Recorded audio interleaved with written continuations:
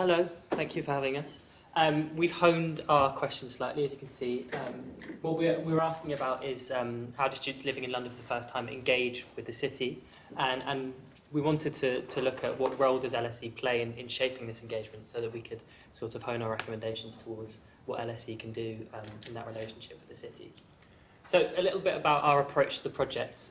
Both of us are part-time students, both of us are from London, and something that we noticed then was, with all of our colleagues on our course, living in London for the first time, there was this kind of mismatch between our relationship with London. We've got this kind of, we feel, deep relationship with London, and people who are students for the first time in the city might feel a sense of kind of missing out and frustration about a lack of knowledge. So we wanted to kind of investigate that, and to what extent that was kind of representative, and what could be done.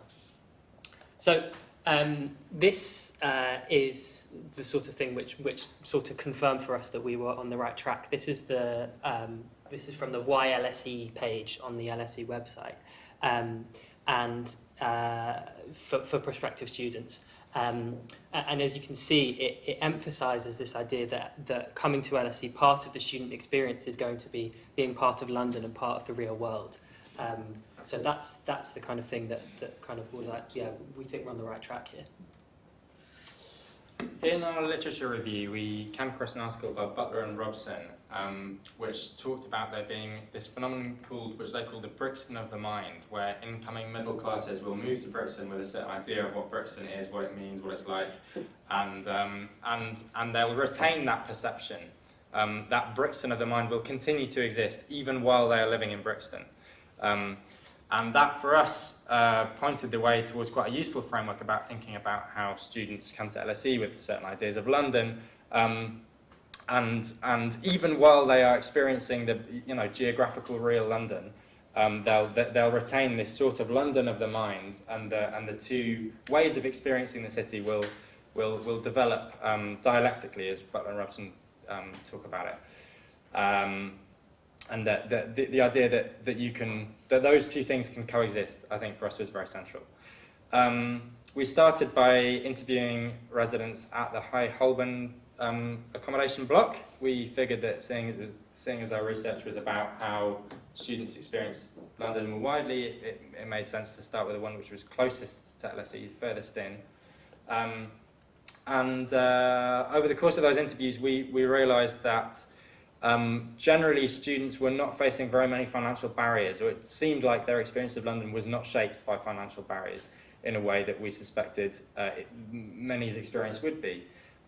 This was in part because rents at that accommodation block are comparatively high, so we decided to, in moving on with our research, basically pick the cheapest accommodation block that LSE offers, which was Butler's Wharf.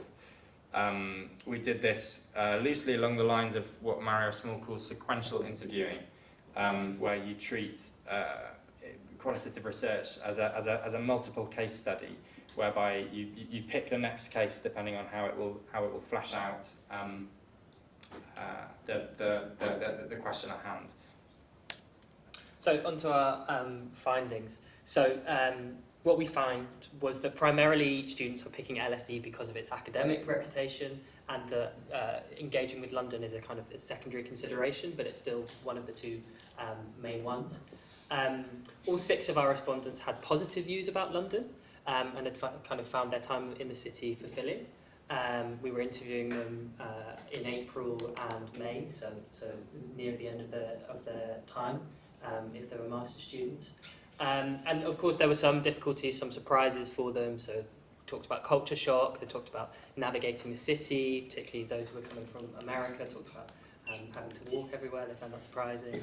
The cost of living, and then this idea of London as exhausting came up quite a few times. That quote has sort of been merged there, but it says, I don't think LSE had any role in facilitating my exploration of the city. That was what we found. None of the respondents felt that LSE had played this large role in shaping their perceptions. Primarily, that was because the ways in which they felt that LSE had kind of facilitated their experience of London was through group activities. and some sort of disliked group activities intrinsically, and so they didn't participate in them. And some enjoyed group activities, but they didn't find that those group activities had actually kind of helped them out in exploring London. And then there was this criticism of the information which LSE provides. So on the website, or what's given to them by Residential Life was slightly out of date, and some of it wasn't necessarily relevant. The two biggest shapers of student experience were geography and social connections. So there was a correlation between where the accommodation was located and the areas that they visited. That was sort of expected. But what was interesting was that exploration of the city was often talked about as a social activity, where we sort of thought maybe experience of the city would be lensed through LSE or it would be an individual activity. Actually, a lot of the places that people talked about were places that they'd visited in a kind of social capacity. Reading the interviews against the grain, there were recurrent sort of dissonances that we found. People talked a lot about London being full of things to do, and you never run out of things to do, so many things to do. But when pressed about what actual things they were doing or places they'd been, we got a few examples, even of concrete things to do, let alone places they'd actually been. And they seemed to share this sense that there was a lot going on, but they weren't necessarily doing much of it, and it was more about a feeling of potential rather than any real activity. The other thing is that when asked about places further out in the periphery, even just like Zone 2, they would say that they hadn't been there, they couldn't go there because it was so far away, because it was so difficult to get to. But even residents in Butler's Wharf, for instance, which is about 50 minutes from LSE by the way that most people were travelling there, they talked about Butler's Wharf and LSE as if they both existed in this imagined sort of centre in which everything was close. And everything outside that was far away, and we felt that it was actually not a question of distance, but about intelligibility or lisibility. That these were places that they didn't have any idea about, and were slightly hesitant to explore. So that comes on to our recommendation, which is, as an umbrella, give agency to students to explore the city. Improve the information that's available. Give them access to events that they can go to by themselves without necessarily having to go as part of an LSE organised activity, and empower them. So there's a couple of ways that we'll talk about, which are about being able to move through and access the city. So most simply, maps. This map is from the LSE website, the bit where they talk about new students coming to London. They highlight some things to do. Aside from outlying stadiums and parks, there's nothing south of Elephant Castle, nothing north of King's Cross, nothing east of Brick Lane, and nothing west of Hyde Park.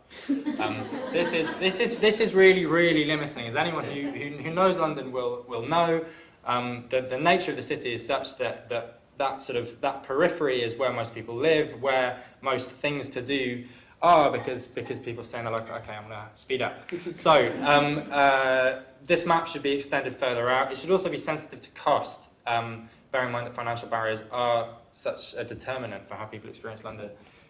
Also provide guides to neighbourhoods rather than just specific sites, e.g. Dalston is like this, Notting Hill is like this, which is closer to how people who are here not in the capacity of students will imagine the city, and I think it could be a useful way of making it more intelligible. To pick an example, theatre. So LSE talks on this website, part of their website, about theatre being one of London's key and most unique attractions, quite rightly, but they only talk about the West End. The West End is obviously the commercial wing of that sector, right? Ticket prices are extortionately high. This was reflected in one of our interviews. The city's full of subsidised theatres. For young people, it's usually quite straightforward to get tickets as cheap as £5 or £10. That's true across the arts, of music, comedy, cinema, etc., exhibitions. Making a list of those, LSE departments highlighting particular ones without being too organised about it could be a great way of doing that. Social infrastructure, as Dana said, it is really important in people's exploration of the city. So without organising, there was a tour to Jack the Ripper Museum that was talked about with much derision, but without being so sort of top down as that. suggesting events, centralising them into a calendar, promoting student-led opportunities like the Urban Walkers, which people who lead another one of these projects are involved in, could be really great ways of doing that. Cycling was also talked about as a way of exploring the city. People generally ride and walking, often due to the high cost of public transport. Found cycling intimidating because it is in London if you aren't used to it. So cycle safety training, explaining how to use the Boris bikes, things like that, even providing a yearly bike hire scheme could be really useful to people who come here to study. Thank you very much for listening.